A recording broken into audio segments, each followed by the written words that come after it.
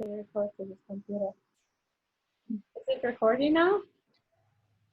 Yes. Okay, good. Okay, guys. One of the things that I used to do, I cannot say part-time job because I was never really paid for it. It was because for my friends, I was like they would come and tell me, okay, we want this designer brand skirt or top, and it's like this website is giving it this price or that price, and can you find it cheaper for us? And then I found the loopholes in the fashion retail e-commerce that help me always get designer brands and new season, not off season, not from a outlet mall at like 30 to 40% less. Okay. So first I will give you an example. You guys all know, are familiar with Net-a-Porter, right? They are the first company who started fashion, luxury retail, and it started in year 2000 by Natalie Massenet. She was from New York, and then she moved to London, and her husband was working in venture capital, so they raised $2 to $3 million at that time and started Net-a-Porter. Okay, and so if you, let's say you are a customer, so I made this example if for a customer in United States in New York City, okay? Let's say, and you can, while I am giving this presentation, you can actually go to Net-a-Porter and check this yourself. So Net-a-Porter, when you enter the website of Net-a-Porter, on the upper left-hand side, you can choose your country. And when customers visit the website, they are like, oh, okay, so I live in Italy or I live in United States or Canada. They choose their country because they don't know what's happening with the back end of Net-a-Porter. Since all of you have taken, like all of us have taken operations management, so Net-a-Porter has 3 warehouses. One warehouse is in New Jersey, which they call it like for New York. One warehouse is in London, and one warehouse is in Hong Kong. Okay, so if you are in any country in Europe or Middle East, when you go to Net-a-Porter website, it automatically, by default, it shows the country, your country, but it will send the item to you and will show the prices to you from their European London warehouse. And if you are in the United States, once you enter their website, it automatically shows like United States, and it will dispatch and show the prices of their American warehouse. Same goes if you are in Australia or Far East in Asia, they will show the Hong Kong prices. Okay. Now, we are all familiar with Gucci. It's an Italian brand. It's made in Italy. They're very careful with it. And so more on this, that even Italian brands will have different prices depending on the manufacturer. So let's say you want to buy this Gucci skirt from Net-a-Porter right now. You go to the website, you are in America, you're going to see the unit price $1,100. When you check out, it's going to give you a tax of $97 and you pay $1,197 for it, right? So now, if you just go to the upper left corner on the same, go to the product on this skirt and just go up and change the country to a European country, Italy, France, or UK, okay? And then go to checkout, okay? It's going to change the prices into pounds or euros for you, depending on which country you choose. If you choose UK, it will be pounds. Anywhere else in Europe or Middle East, it will be euro. So when you go out, the price that you're going to see when you convert it to dollars, the same skirt is $756, and the taxes you pay is $67 for the same skirt. And this American girl, she will pay for this skirt $823 if she just changes that country. So it's just a click of a country, okay? And I will tell you why this is the case, okay? But then But where is it delivered, Anoosheh? to you in New York, I am sitting in my apartment in New York. I am shopping from Net-a-Porter. It's just that you have to, at the upper left corner, change the country. And I will tell you why that is, why the prices shift. So in the top part, They will ship this item to you from their New Jersey. And for New York, they promise to deliver it to you within the same day or next day. They have same day delivery in New York. If you order it from Europe, it usually takes 2 business days. But I have had occasions that it will arrive to you in 1 business day. So again, this item is made in Italy, and Brexit is going to more complicated things. So first, I have to tell you as a customer in United States, okay? So this is what's happening. So even if you walk, for example, to Gucci on Fifth Avenue, and you want to buy this skirt, you will pay the $1,197. But for you, there is this option to pay this much, okay? But you have an American card, right? So when you buy it, you are buying it in Europe. The best rates of the banks out there is usually 3%, the bank, the credit card, MasterCard will charge, and another 3% for currency exchange, okay? So when you buy it, the price is $823 when you calculate it. This is what you should pay. But after the 6% of bank and currency charges, you will pay $872, okay? So you would pay with the bank and currency charges 37% more if you buy it from America. Gucci America, if you buy it from there, you will pay 37% more. So you should never buy from Gucci America. You should never buy a Gucci that was warehoused in the United States. Okay? Now, the bank fees. If you get rid of these bank fees, and I will tell you how to get rid of this 6%, if you go for the American stores, you will pay 45% more. And this will apply to any other country that is not Italy or Europe. Okay? So even if I am in Dubai, I will see these two different prices. Remember, Duncan said customers can search, but not that many customers can search, and not that many online retailers have what Net-a-Porter has. Net-a-Porter is a very rich company. They can afford to have 3 warehouses in 3 continents, but other retailers don't have that capital to do that investment. Okay, but even Net-a-Porter is wrong. And Henry, who is here, was very kind enough to connect me to someone at a porter, and we had an extensive conversation on it.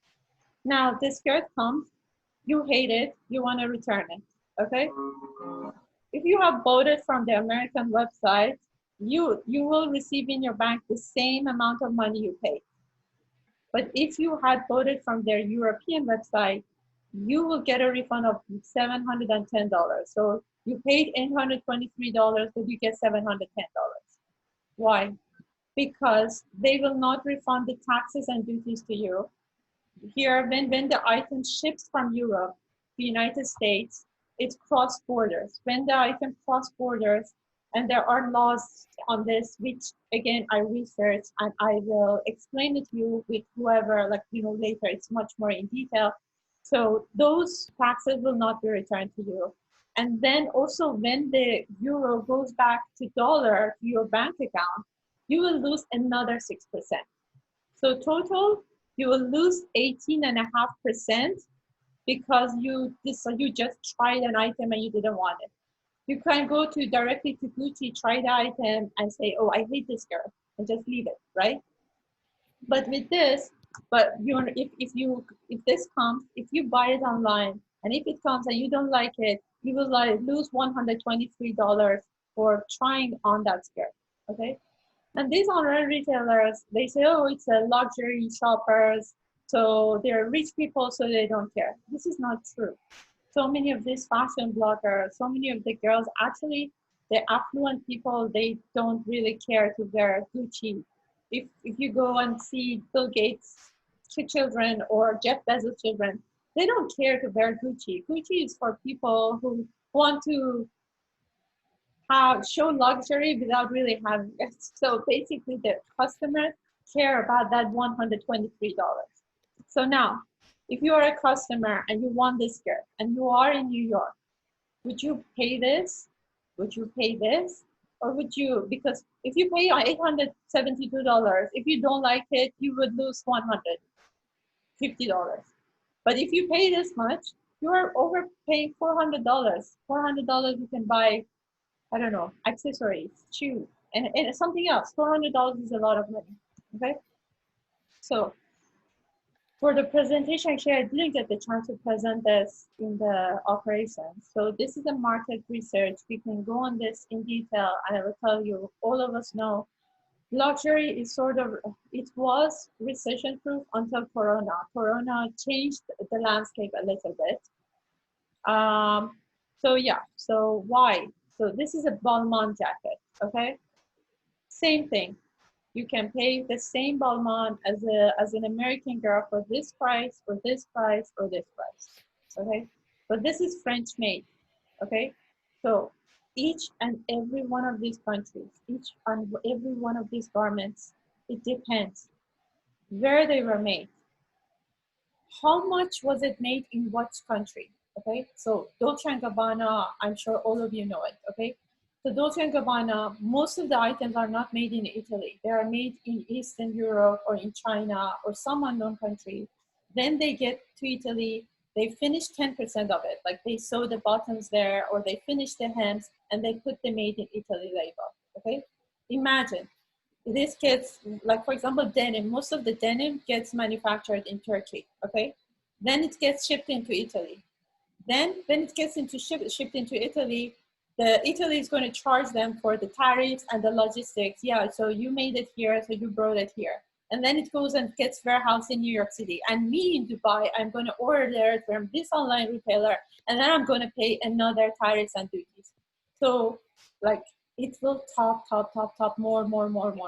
Okay, so there is a lot of cost. There's a lot of overpayment when you buy it. There's a lot of loss when you return it for online retailers. So many of these items online, customers, they go online, they don't buy it, because if it comes and they don't like it, they will lose so much money, like 20%, 30% in tariffs, duties, everything. Okay, so what was my solution? And also, okay, so meanwhile, this whole aspect, it's going to create a lot of data, which again, I have to go in depth later on how designers will use it. And already so many people, so many companies like Rent a Runway have installed this data analytics platform, or Third Love. I don't know if you've seen the advertising of Third Love. They came out of MIT, and they're using this data analytics to give data back to designers to alter. I will tell you about that as well in detail. So what was my solution? Somebody asked me a question. There's a back. Okay, so what was my solution is that I was asking, why would Net-a-Porter bring this Gucci, bring an Italian brand should be shipped from Italy. A French brand should be, a French made basically, should be shipped from France. It will bring the cost a lot down, okay? So what I suggested, so instead of Net-a-Porter or Matches Fashion, and I'll give you the list of the premium online retailers out there, instead of holding a warehouse, which has also a lot of issues with it, and I will tell you what those are, they should reserve inventory at the country of origin. So if I am a buyer from Net-a-Porter, if I go to Balmain, I shouldn't bring Balmain, especially after Brexit, it's going to even cost them much higher.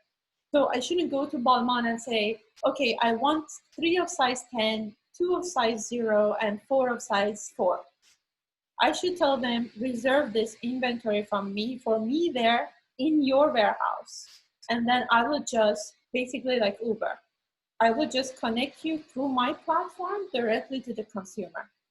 So you shouldn't bring it to the London and then take it to United States. You shouldn't bring it to United States, warehouse it there, and all of those, go through all of those costs and send it to the person in New York.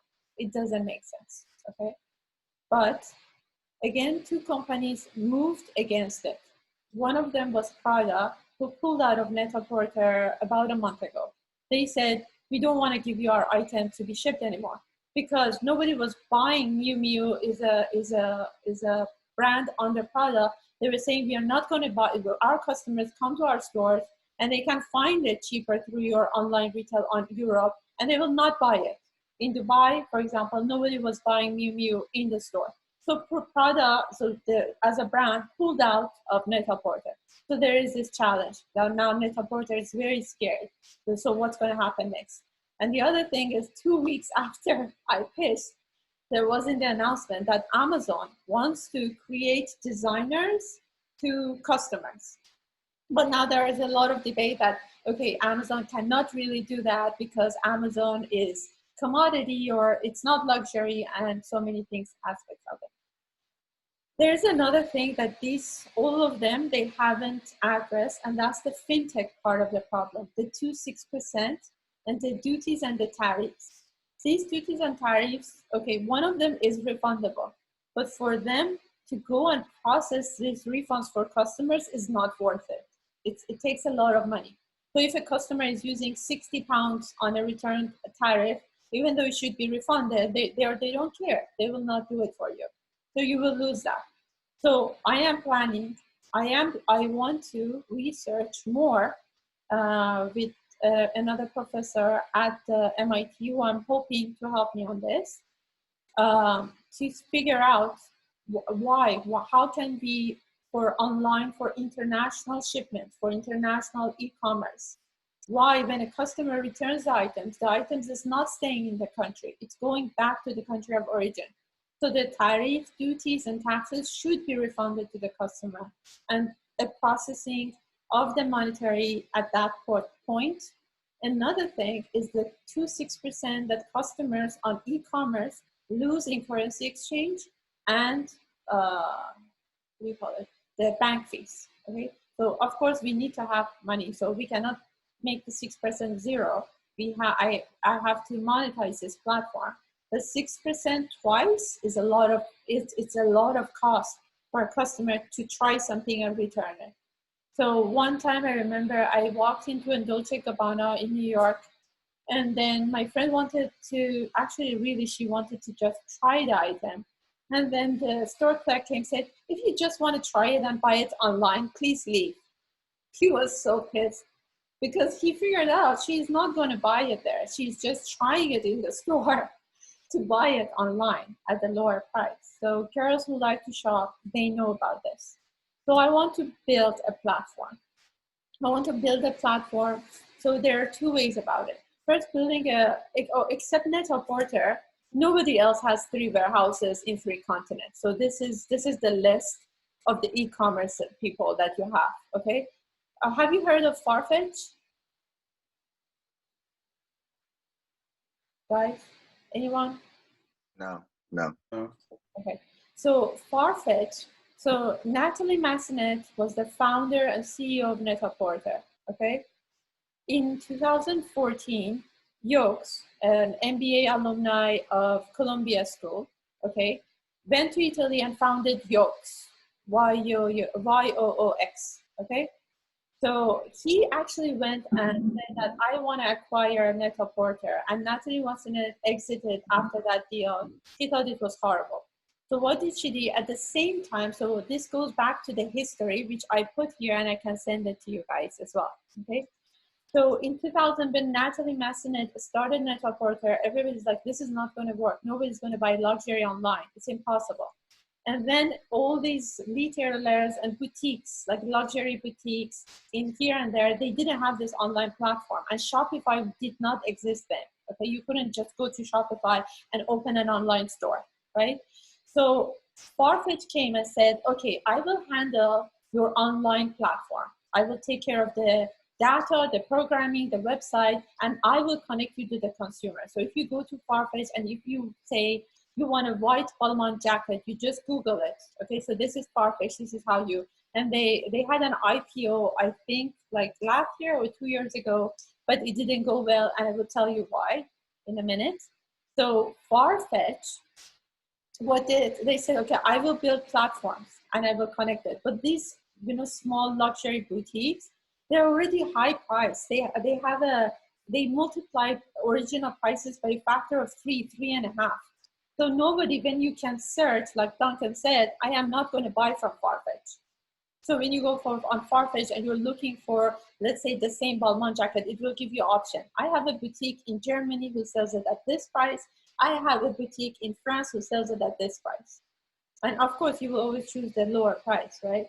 And so Farfetch was wrong until Natalie came to Farfetch and said, hey, listen, this is not, should not be our business. Our business should be building online platforms for all the designers who don't have an online platform, because it's very different from brick and mortar commerce, right? Okay. So now what I want to do, I want to build, I have either two options, so it has to change. Either I have to build a platform that would take care of all the things that I said. I wouldn't hold a warehouse. Even if I hold a warehouse, I decided to hold mini warehouses in major countries. You know, majority of the luxury fashion is made in like maybe 6 or 7 countries at most, okay? So if you hold a small inventories in there just for security and reserve inventory in the original brand and just connect the brand, pick it up and send it. And then you also need to develop a fintech, something like PayPal, have it on your platform so the customers who want to buy it, and they won't be scared to buy it because they are going to lose 20%, 20% or even more, because for China, it's 40% they pay in taxes and tariffs and they don't get it back, you know. So it's a fintech problem, it's an operations problem, it's an e-commerce problem, it's a supply chain management problem, and also trade laws. So what I did, I emailed Jeff and I emailed several faculty and with the same pitch, and I am meeting them. If you are interested to work on this, we can see where it goes. And Henry was very, very super generous. He has an amazing friend who is like one of the smartest people I've ever met. He worked like about 10 years in Net-a-Porter. He's IT, he developed e-commerce. And he said he will he would help me as an advisor throughout the process, because he cannot be involved. He has a full-time job, obviously. So this is where I am. And also later on, I can tell you about the travel of a garment. Every garment, the way it travels, the cost associated with it, it's just ridiculous. And there's definitely better solutions out there. And not only for the logistics, but the data you create through your customers, you can send it back to designers and tell them what is working and what is not working. You know, what designs are selling, what designs are not selling. So, so there is a famous girl, Johanna Ortiz. So she came up in ranking and then she just fell down because she was interesting. So this is what happens with designers who don't have passion, like they don't have long time history. They go up and they just crash after some time. The ideas gets limited and they become irrelevant after a while. So any questions so far? No? Okay.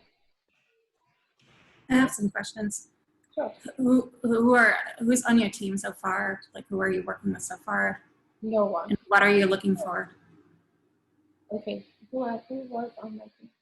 I don't think anybody has confirmed it yet that they want to pursue it. So that's why because they didn't know exactly what it is. So that's why I wanted to build a team. So far I can say, except Richard as my advisor and 2 professors who are I am hoping they be my advisors on this process. I haven't found, especially for example, I need people from the data analytics, master of data analytics school for sure on this project. I need people from masters of supply chain management on this project. I need people who are familiar with trade laws, who is, for me, Professor Capless, on this project to advise me on the trade laws. I found out that MIT offers free legal advice. I will send the link to you guys in the chat as well, in case you want it for future. So I am hoping to tap into that resource as well. Right now, except like these researches that I have made, I am just like all of you guys. So I don't think, I don't think at this point, I mean, at this point, I think if anybody is interested, they can do anything. You can do anything, but you have to like it. You have to be interested in it. I just want to take it to Sandbox, even if it's it's an idea that is stupid or wrong or doesn't work out, or there are loopholes that I don't know. There are things that I don't know. These brands, these e-commerce, they may know why they are not doing it already, but I may not know. So this is going to be an evolving venture. So I thought about, I will learn through it. I will learn, or I'll become a zillionaire.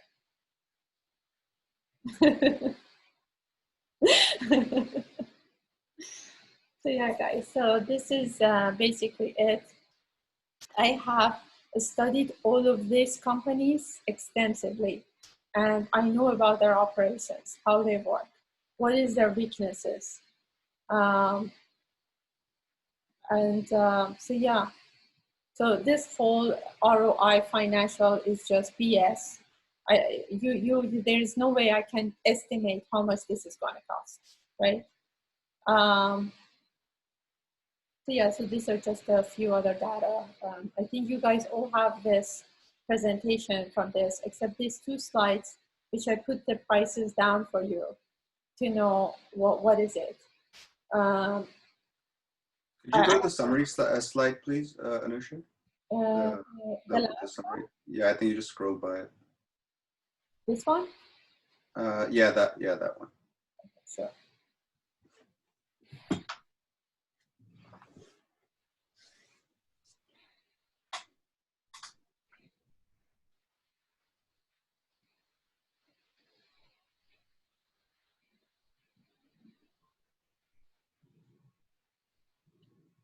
So let me ask you, what are you looking to solve on the fintech side? Because I have some ideas for you, but I'm trying to understand the problem properly. Okay. Is it the returns that cause the problem, or is it the actual processing of the transaction? The actual processing of the transaction is absolutely horrible. And Richard, Henry's friend, he told me it's an amazing idea to actually build it and give it to these e-commerce people.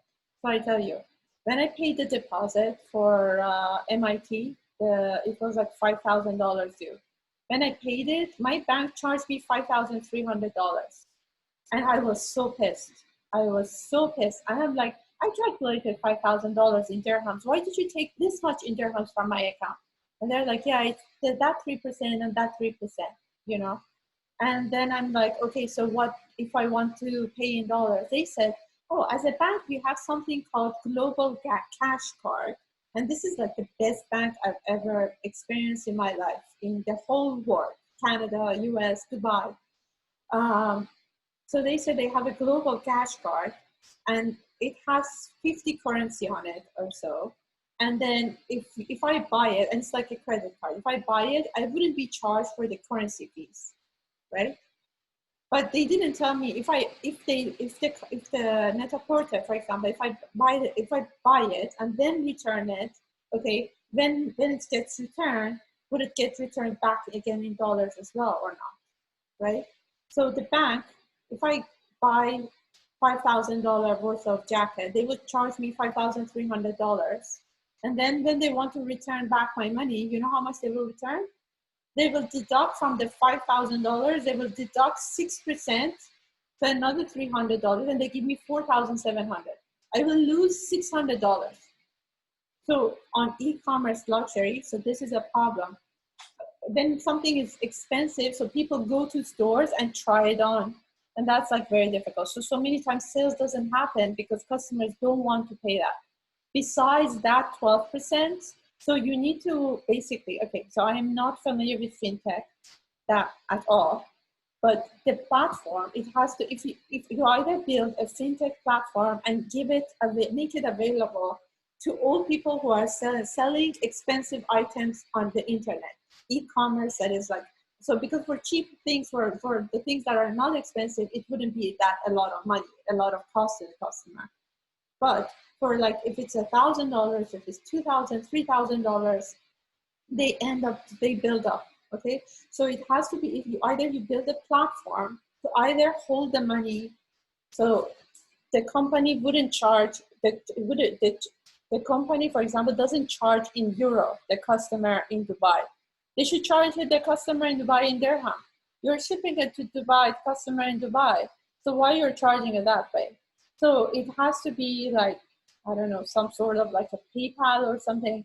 So these e-commerce companies charge the customer in their currency and return it. The refunds should be also in their currency.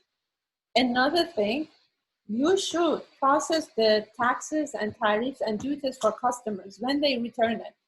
None of these e-commerce platforms, they process it for you. And for example, that's why so many people who are from China, they go in summer to Europe, they come to Dubai and they shop suitcases and they go back. Because when they're there, if they buy it online, they pay 40% in taxes.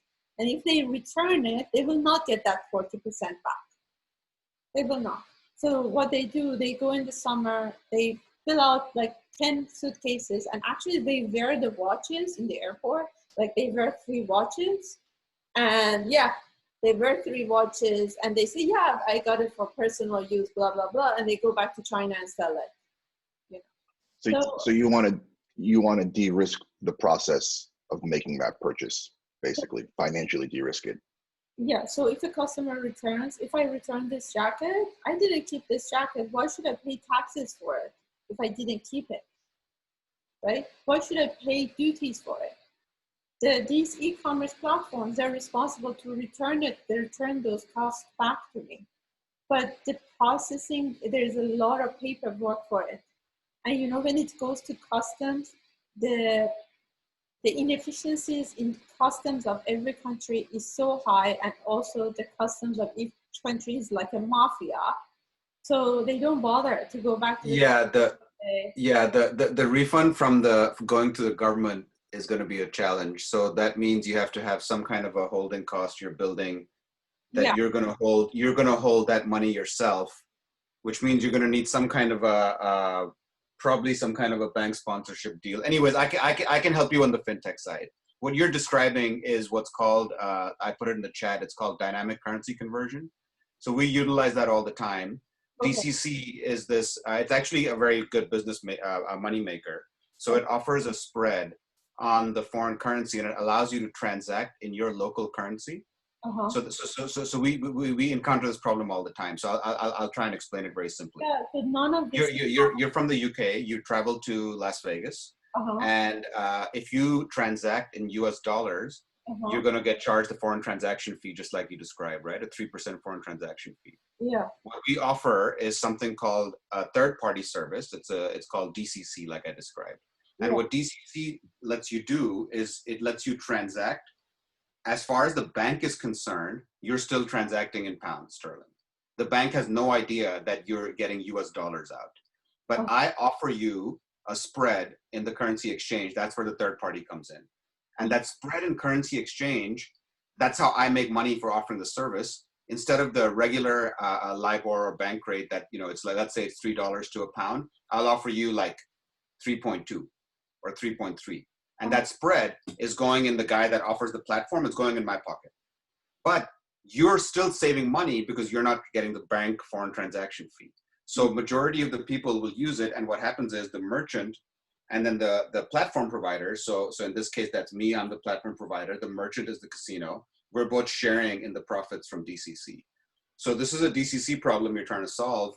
It's very doable. You would attach a DCC third-party engine to your e-commerce site, and that would allow everyone to transact in their local currency. So we have to offer this to the e-commerce so it will be smooth. So the customer doesn't know. This e-commerce will come and say, hey, listen, my international customers, if when you shop, I will charge you in your currency, you know? Yeah. So the Yeah. so the key. Sorry, I'm interrupting, but the key to DCC is that legally you have to let them choose. You cannot force them. You Okay. have to make them the offer. Do you? And all you really do is you say, do you want this in your local currency, or do you want to pay this much in the foreign currency? Uh-huh. Right? And as long as you give them the choice, that's all that matters. Uh-huh. So Nazir, that's just to sort of put it in a way I can maybe understand. It's like when you travel and you use like, you know, your US credit card and it gives you the option of paying in euros or USD, right? That's what you're talking about. That's right. Every time you're getting that offer, there's a guy like someone like me in the middle who's making a little bit of money on that spread.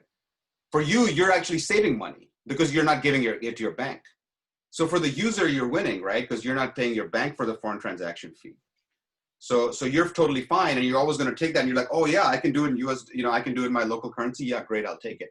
But there's a guy in the middle. In this case, it would be Anoosheh's platform that would make a little bit of money in that spread. Yeah. So that's how you would do the currency portion. Great. On the taxes, you'd have to get creative. You'll have to hold the money somewhere so that they don't pay the duty up front. Yeah. And in case they return it, you can return them the money. Yeah. And that will probably be the only way to do it. And that will be very tricky because governments don't like to that you come in and take the value away from them. So exactly this goes to free zone. And actually Richard told me something about how Net-a-Porter wanted to avoid it for their Chinese customer by creating a free zone and warehousing it. But honestly, I didn't understand. He's too much of an expert in that idea. But Well, that's what Mark described to you, right? Mark said bonded warehouse. If you hold it in a bonded warehouse. Actually, the lady who did the research you're referring to in China, she's actually in Freight Lab with me. I believe I'm just looking her up right now. I believe it's the same Nadia. And she's done a bunch. She did her master's, and she's a last fourth year PhD student right now. She's in Freight Lab with me. I will, if she's the same one, I'm 90% sure she is. I'll hook you guys up because she knows this inside and out. She did a lot of research. I didn't see you. I'm so happy you're here. Yeah, I was a little late. Sorry. No worry. How is the Freight Lab? It's good. I mean, it's a little. I'm kind of at checks and balances on there because they do a lot of research, but they have